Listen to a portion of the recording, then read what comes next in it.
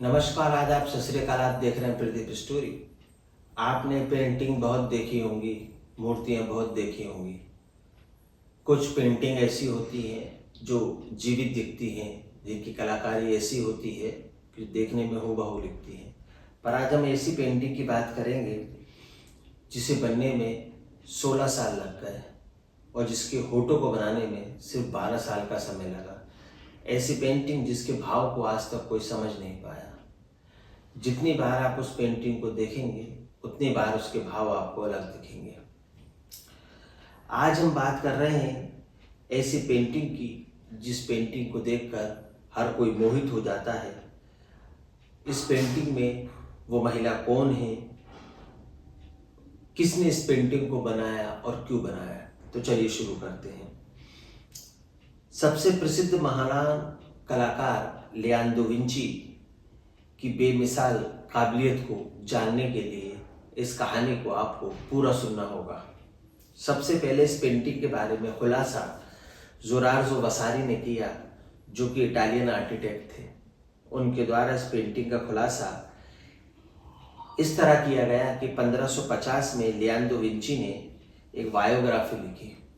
Biography एक जीवन कथा होती है, जीवन की आत्मकथा होती है, जिस व्यक्ति के द्वारा लिखी जाती है और उसमें अपने जीवन के सारे वाक्य को वो बताता है। वसारी के अनुसार फोटो में जो औरत है उसका नाम होता है लीजा गिरनार्दी और इनकी शादी फ्रांसिस्को शहर में रहने वाले एक सिल्क ट्रेडर के साथ होती है, जो सिल्क का काम किया करते थे, जिनका नाम फ्रांसिस्को गोयकांडो होता है। उनका कहना था कि फ्रांसिस्को गोयकांडो ने यह पेंटिंग अपनी पत्नी के लिए बनवाई थी। इसका पहले जो नाम था वो मोनालिसा इटालियन भाषा में था और मैडम के लिए मैडोना का यूज़ किया जाता है, इसलिए मैडोना का शॉर्ट फॉर्म मोनालिसा बना। तो ये कहानी है मोनालिसा पेंटिंग की और इसे फ्रेंच भाषा में ला जोकांडो कहते हैं। लुब्रो म्यूजियम में जब आप इस पेंटिंग को देखेंगे तो लुब्रो म्यूजियम के नीचे एक बोर्ड लगा हुआ है और उसमें लिखा भी हुआ है ला जोकांडो। अब मोनालिसा इस पेंटिंग में लियोनार्दो विंची ने इस पेंटिंग को 1503 में बनाना शुरू किया और इस पेंटिंग को बनाने में लगभग 16 साल का एक बहुत लंबा टाइम उन्होंने व्यतीत कर दिया। 1519 में पेंटिंग बनकर तैयार हुई और सिर्फ इस पेंटिंग में होठों को बनाने में 12 साल का समय लग गया। लेकिन कहते हैं कि पेंटिंग आज भी अधूरी है और जिसमें कोई आउटलाइन नहीं है, मतलब किसी पेंटिंग में आपको कहीं जोड़ नहीं दिखेगा। लियोनार्दो विंची की कलाकारी को ये प्रदर्शित करती है। ये मोनालिसा चित्र किसी कपड़े पर, किसी कैनवास पर, किसी कागज पर नहीं बना, बल्कि एक लकड़ी के ऊपर बना है और जो लकड़ी थी वो पोपलार की लकड़ी थी। अब आप इस पेंटिंग को देखेंगे तो बालों के, मोनालिसा के बालों के ऊपर आपको हल्का सा एक पर्दा दिखाई देगा, जैसे कि हम कोई दुपट्टा महिलाएं ओढ़ लेती हैं उस टाइप में दिखाई देगा। और वो इसलिए दिखाई देगा कि जब घर में किसी की मृत्यु हो जाती, शोक हो जाता है, तो महिलाएं उस दुपट्टे को ओढ़ती हैं।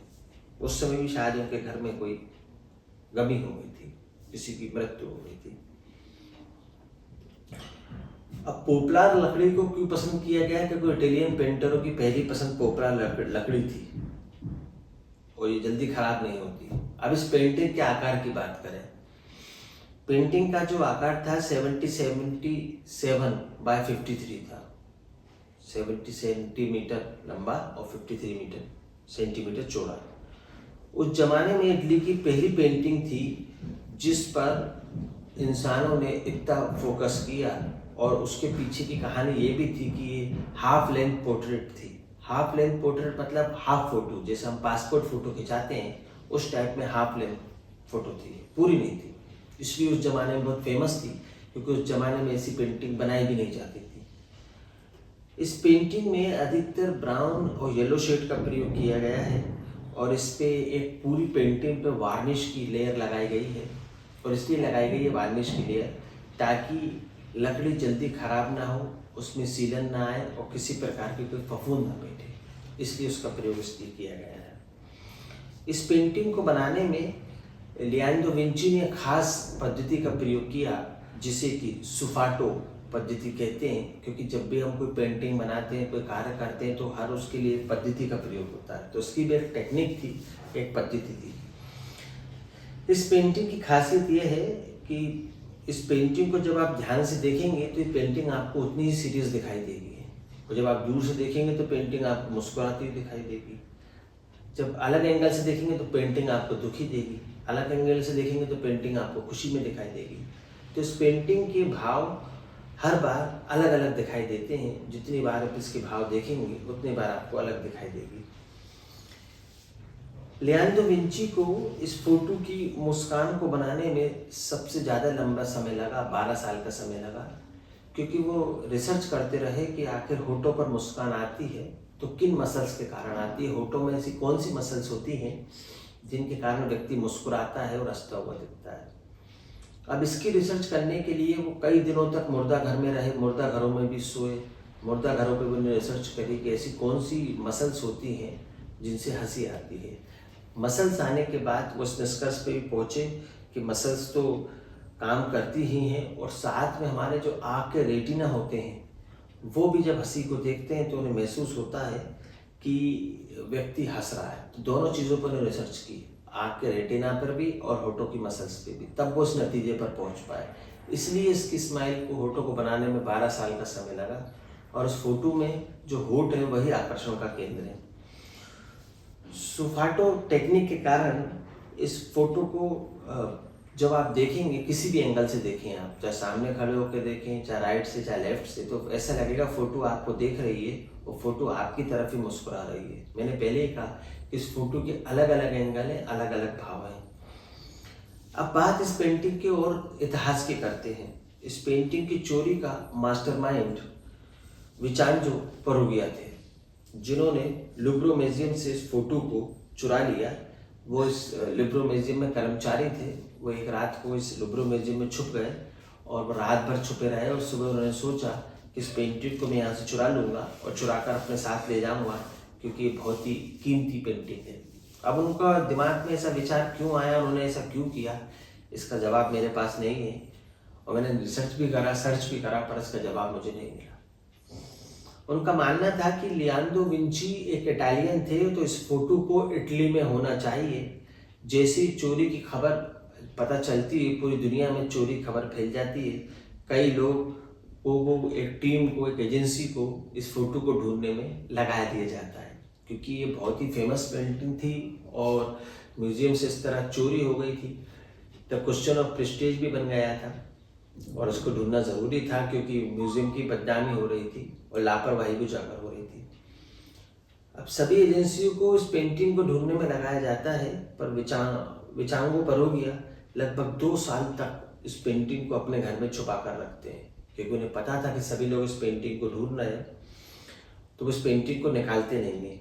अब कुछ समय बाद वो इस पेंटिंग को निकालते हैं और एक डीलर को बेचने की कोशिश करते हैं। इसी बीच पुलिस उन्हें पकड़ लेती है। ये खबर मालूम हो जाती है कि कोई व्यक्ति है, इसके पास एक बेशकीमती पेंटिंग है जो बेचना चाहता है, तो वो पुलिस को खबर दे देता है, पुलिस उनको पकड़ लेती है। चोरी के इस अपराध को करने के लिए उन्हें 6 माह की सजा होती है।